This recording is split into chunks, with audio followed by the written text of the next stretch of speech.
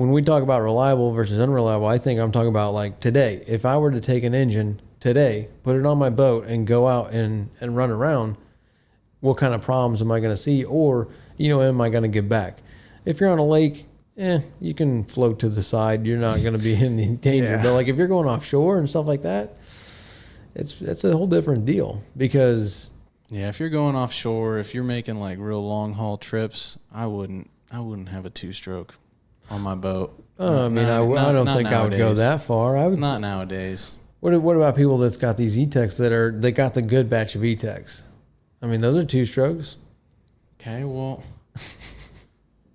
I mean, I guess, but what happens when you do have like some kind of routine issue and you can't find a dealer? You can't find a mechanic to work on it. That's kind of its own topic altogether because there's still people that work on them. You can still buy the parts and, there's still people out there that know how to work on them. I don't know how that's going to work with the software though. Like, you got to have the software. So does that stuff have a timeline on it where the software runs out? I'm sure there's third-party companies that provide that software still. So yeah, maybe. I'm glad I haven't had to work on any E-TECs just because of all the horror stories I've heard. I mean, I understand when power heads are blowing, it's gonna end up with a bad name no matter what you did to fix it, because it almost seems like that stuff still happens. There's still engines that early in their run have these issues, but I guess nowadays you don't really see engines that pop anymore. Like no, like I could briefly we'll talk about it later more in depth, but like a good example is the Mercury V engines, like the Merc V8.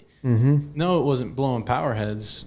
As a matter of fact, I don't think I've seen very many blowing power heads at all out of those V8s. And it's a strong motor, but early on in its production run, it did have like those little litany. issues. There was a list of problems with that engine. Yeah, and it's it's all getting ironed out. But I guess we really there's not that many other 2-strokes to cover as far as unreliability, because I mean, if you got an old Suzuki, if you got something from the 70s, 80s, those are the exceptions.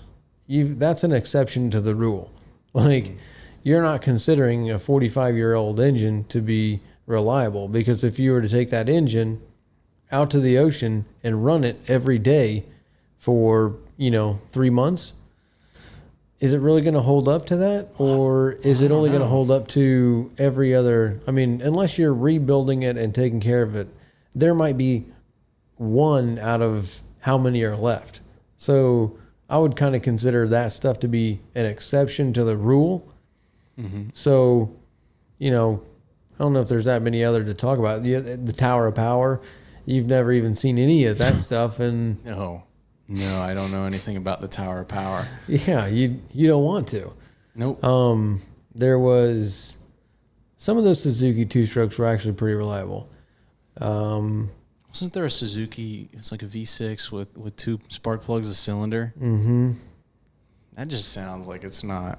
Yeah, not fun.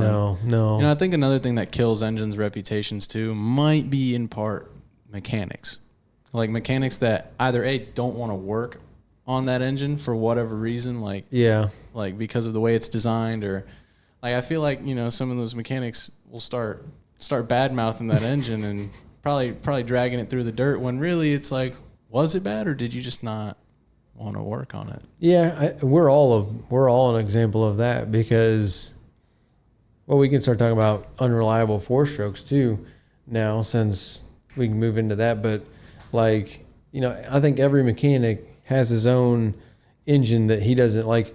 A lot of Mercury guys don't want to work on Yamahas. A lot of Yamaha guys don't want to work on Mercury's. Like, you've got those like clashes between brands and stuff like that. Like, for me, I mainly do Yamaha and Mercury. I don't mind working on either one. Earlier in my career, I was more of a Mercury guy because I got spoiled with the L6 and the Mercury L6, the Verado. I mean, that thing, You take off the cowling and everything is right there. It is the easiest engine to work on out of all the outboards, you know, the modern 4-stroke outboards. Yeah. I mean, you take the cowling off, you can pretty much do almost anything in the water. You can change bell cranks, you can change alternators, you know, anything on the engine, like shift actuators, throttle bodies, whatever. You can pretty much do almost any of it in the water. I think you can do just about everything in the water. Yeah, the whole thing you can tilts change up. an FSM in the water. It's Change below the FSM. water line. It's on. Yeah. I mean, so it's super easy to work V8. on. But whenever you go to like the F200, 225, 250 Yamaha, it's a V engine. Mm-hmm. So everything is covered up by the airbox and all these shrouds and all this other stuff. So you have to take off all this stuff, and you can't get into the belly pan in certain spots. There's like all these, you know, complications that make it harder to work on. Mm-hmm. Therefore, I didn't really like working on those because it was a hassle. You know, I'm spoiled. I don't want to have to, you know, scrunch my hand and do all that. Like when I'm used to doing this, like I'm in the same boat. I've always just thought Yamahas were too bulky. I don't know. Like, yeah, they're reliable, but and they might even be the most reliable generally engines.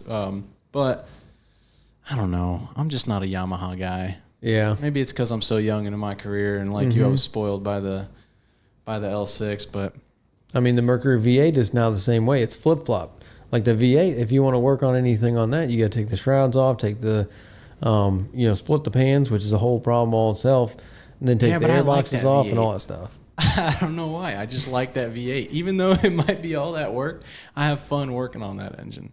I don't know what it is. I'm a Mercury guy through and through. I love that L6 though.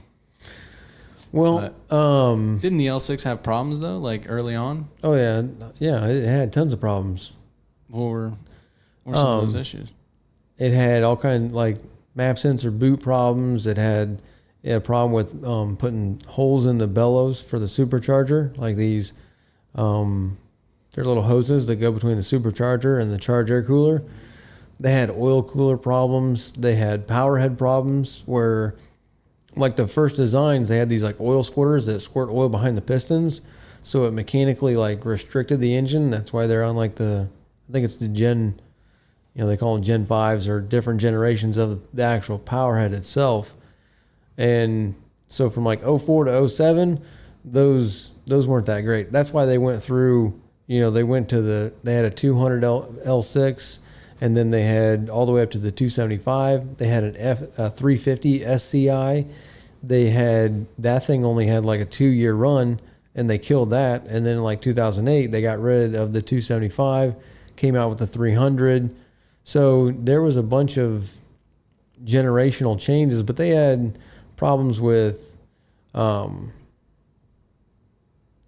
lower unit issues, and I'm just trying to think of what else there's problems with. The isolators always falling off. They had the shift crank problems where they had, you know, the mechanism between the shift shaft that shifts the lower unit and the shift actuator. Those things were messing up. Man, there's just like any engine. I'm trying to think of what else there was. They had FSM problems. Yeah. Yeah, there was a whole list of problems that they had, but they ironed a lot of that stuff out. And so if you bought a Verado from like 2008 until they just stopped making them this year, I mean, that's a bulletproof, reliable engine. Oh yeah. So if you like this clip, you can watch the full podcast over here, or you can watch another clip over here.